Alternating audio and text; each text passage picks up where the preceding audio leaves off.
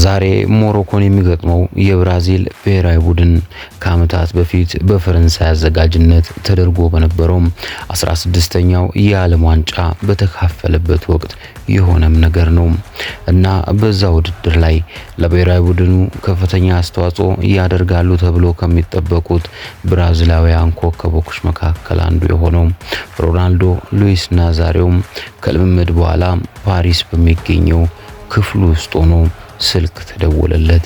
ስልኩንም አነሳው። የደወለለት ሰው ሮናልዶ አሁን የደወልኩልህ ይህን ነገር ማወቅ ስላለብህ ነው። በዚህ ሰዓት ፍቅረኛ ሱዛና ቺት እያደረገችብህ ነው።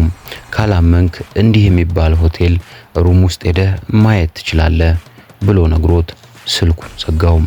ሮናልዶ ልክ እንደሰማ ሰማይ ምድሩም ዞረበት። እናም ጊዜ ሳያባክን ሱዛና ከሌላ ወንድ ጋር ታይታበታለች ወደ ተባለው ሆቴል ሲከንፍ ሄደ። ልክ ወደ ሆቴሉ እንደደረሰም ፍቅረኛው ሱዛና ከብራዚላዊ የስፖርት ጋዜጠኛ ጋር አንድ ላይ ሆነው አገኛቸው። ሱዛና ድንገት ሮናልዶ ፊት ለፊቱ አቆሞ ስታየው በድንጋጤ በድን ሆነች። ፊቷ ቀላም። ሮናልዶ ይህችን ሴት ከልቡ ያፈቅራት ነበር። እናም ባየው ነገር በጣም አዝኖ አንድም ቃል ሳይናገር እንዳመጣጡም ከሆቴሉ በፍጥነት ወጥቶ ሄደም። ወደ አረፈበት ክፍል እንደገባም መላ ሰውነቱን ማዘዝ እስኪያቅተው በንዴት ውስጡ ታመመም። ከሱዛና ጋር የሚተዋወቁት ከዓመታት በፊት ጀምሮ ነው። እንዲህ እንደ ዛሬው ዝነኛ ሳይሆን ጀምሮ ይወዳታል እና ይህ ክህደት ዘልቆ የተሰማው ለዛ ነው። መላ ሰውነቱ ታሟል። መተንፈስ ሁሉ እያቃተው ነው። ከሰዓታት በኋላም እኩለ ሌሊት ላይ ከሮናልዶ ጋር አብሮት ክፍል የተጋራው የቡድን አጋሩም ሮቤርቶ ካርሎስ እንግዳ የሆነ ድምጽ ከእንቅልፉ ቀሰቀሰው።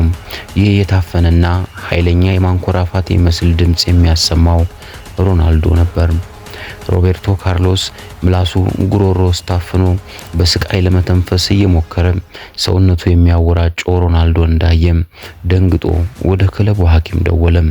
ሮናልዶ በጊዜ በደረሱለት ሐኪሞች እርዳታ ሕክምና ከተሰጠው በኋላ ወደ ክፍሉ ተመለሰ። በነጋታው ትልቅ ግጥሚያ ይጠብቃቸዋል።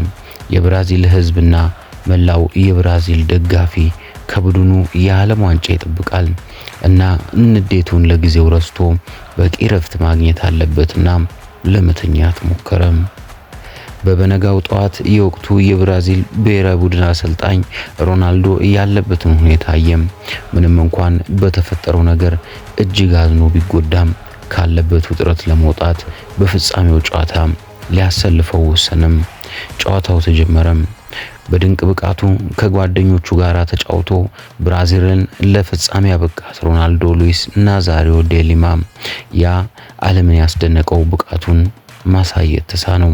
በተቃራኒው ያዘጋጁ የፈረንሳይ ቡድን እጅግ ጠንክሮ ገብቶ ነበርና በወትሮ ብቃቱ ላይ ያልነበረውን የብራዚል ብሔራዊ ቡድን 3-0 በማሸነፍ ዋንጫውን ወሰደም እና በአስደናቂ ብቃት ሲጓዝ ቆይቶ በፍጻሜው ዕለት በጨዋታ ተበልጦ ለተሸነፈው ለብራዚል ብሔራዊ ቡድን ሽንፈት ብዙ ምክንያቶች የሚዘረዘሩ ሲሆን ከነዚህ መካከልም የሱዛና ክህደት አንዱ ምክንያት ሆኖ እስካሁን ድረስ ስሟ በዚህ ይነሳል።